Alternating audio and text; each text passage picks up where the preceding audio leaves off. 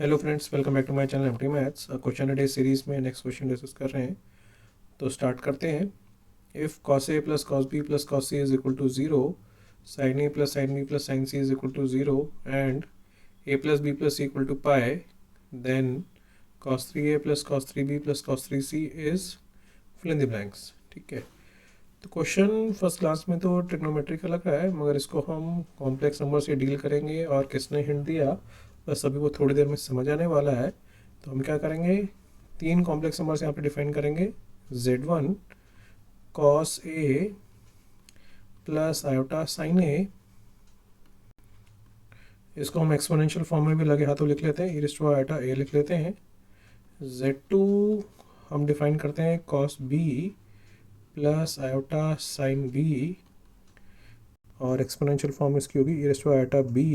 ठीक है, और third last complex number define कर रहे हैं z3 cos c plus iota sign c, इसको हम लिख लेंगे e आयोटा c। ठीक है, अब ध्यान से देखो कि cos a plus cos b plus cos c की वैल्यू दे रखी है, sin a plus sin b plus sin c की वैल्यू दे रखी है। तो इसको हम एक्सप्लॉइट कर सकते हैं जब हम इन तीनों कॉम्प्लेक्स नंबर्स को ऐड कर दें। ठीक है, तो ऐड कर देते हैं इन तीनों कॉम्प्लेक्स नंबर्स को, तो एल बन जाएगा z1 plus z2 plus z3 is equal to, real part add हो जाएंगे सारे, cos a plus cos b plus cos c, और इमेजिनरी पार्ट ऐड हो जाएंगे, वो बन जाएगा iota sine a plus sine b plus sine c। ठीक है, अब cos a plus cos b plus cos c question में दे रखा है zero, plus iota sine a plus sine b plus sine c की वैल्यू भी ज़ीरो दे रखी है, तो ये बन जाएगा ज़ीरो। ठीक है, तो यहाँ से अपने पास एक रिलेशन तैयार हो गया, z1 z2 z3 में तीनों का सम आ रहा है ज़ीरो। ठीक है, अब हम इसके बारे में सोचेंगे, ये कैसे सोचें, बस अब चीज़ें समझ आने वाली है कि कैसे हिंट लगा था। एक नाइन्थ में शायद आइडेंटिटी पढ़ाई जाती है, if a plus B plus C is zero then a cube plus B cube plus C cube is equal to 3abc। ठीक है, तो हम इसका यूज़ करने वाले हैं क्योंकि यहाँ पे z1 plus z2 plus z3 zero है, तो हम लिख सकते हैं z1 cube plus z2 cube plus z3 cube is equal to 3z1 z2 z3। ठीक है, ऊपर वाली आइडेंटिटी की मदद से लिख दिया। अब z1 क्यूब करेंगे तो ये बन जाएगा cos a plus iota sine a का cube plus cos b plus iota sign b cube plus cos c plus iota sign c cube. ठीक है, अब समझ आ भी रहा होगा कि हमने इस डायरेक्शन में क्यों सोचा, क्योंकि नेक्स्ट स्टेप में हम cos 3a cos 3b cos 3c easily बना पाएंगे। तो RHS क्या बन जाएगा, तीन कॉम्प्लेक्स नंबर्स को मल्टीप्लाई, यहाँ कितने भी कॉम्प्लेक्स नंबर्स को मल्टीप्लाई करने को बोला जाए तो exponential form best suited form होती है, तभी मैंने z1 z2 z3 को ऊपर एक्सपोनेंशियल फॉर्म में भी डिफाइन कर दिया था साथ साथ ही। ठीक है, तो हम z1 z2 z3 को RHS के लिए एक्सपोनेंशियल फॉर्म में लिखेंगे। z1 को लिख दिया ये, z2 बन गया e आयोटा b, और z3 बन गया e आयोटा c।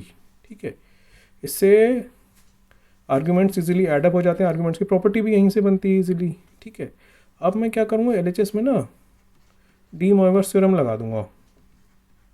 ठीक है, ये ऑलरेडी हम कई बार डिस्कस कर चुके हैं। तो एंगल मल्टीप्लाई कर जाता है अगर CIS की फॉर्म में कॉम्प्लेक्स नंबर है, तो अगर हम पावर n रेस कर रहे हैं तो वो n आर्ग्यूमेंट से मल्टीप्लाई कर जाती है, तो ये बन जाएगा cos 3a plus iota sign 3a plus cos 3b plus iota sign 3b plus cos 3c plus iota sign 3c। ठीक है, RHS बन जाएगा 3 इंटू ई आयोटा, पावर से एडअप हो जाएंगी, आर्गूमेंट से एडअप हो जाएंगे, ये बन जाएगा कुछ ये। और क्वेश्चन ने इसकी वैल्यू दे रखी है, क्या दे रखी है, पाए, तो ये बन जाएगा 3 इंटू ई आयोटा पाए। ठीक है, क्वेश्चन ने दे रखा था a प्लस बी प्लस सी पाए दे रखा है। ठीक है, तो यहाँ पे अब चीज़ें ऑलमोस्ट हो चुकी हैं। LHS में हम रियल पार्ट अलग कर लेते हैं, ये कुछ बन जाएगा ये। और वैसे इमेजिनरी पार्ट की मेरे को ज़रूरत नहीं, फिर भी लिख देता हूँ। तो ये बन गया imaginary part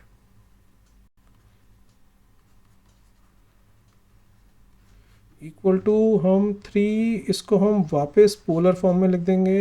E raise to alpha theta लिखा है, ऑयलर्स थ्योरम से इसको हम लिख सकते हैं कॉस थीटा बोले तो cos pi plus iota sine theta बोले तो साइन पाई।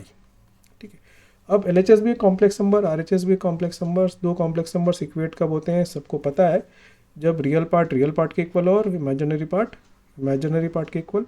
तो रियल पार्ट है जो कि अपने को निकालना था cos 3a plus cos 3b plus cos 3c, और आर एच एस का रियल पार्ट है 3 cos पाई। ठीक है, और पाई की वैल्यू तो सबको पता है कितनी होती है, -1। तो ये बन जाएगा -3 और आंसर। तो आई होप समझ आ गया होगा कैसे इसको हमने प्रोसीड किया, कैसे कॉम्प्लेक्स नंबर्स ने इस क्वेश्चन को आसान कर दिया और इजीली हम वैल्यू निकाल पाए cos 3a plus cos 3b plus cos 3c की। तो वीडियो यहीं एंड करता हूँ। Thanks very much for watching. Have a nice day.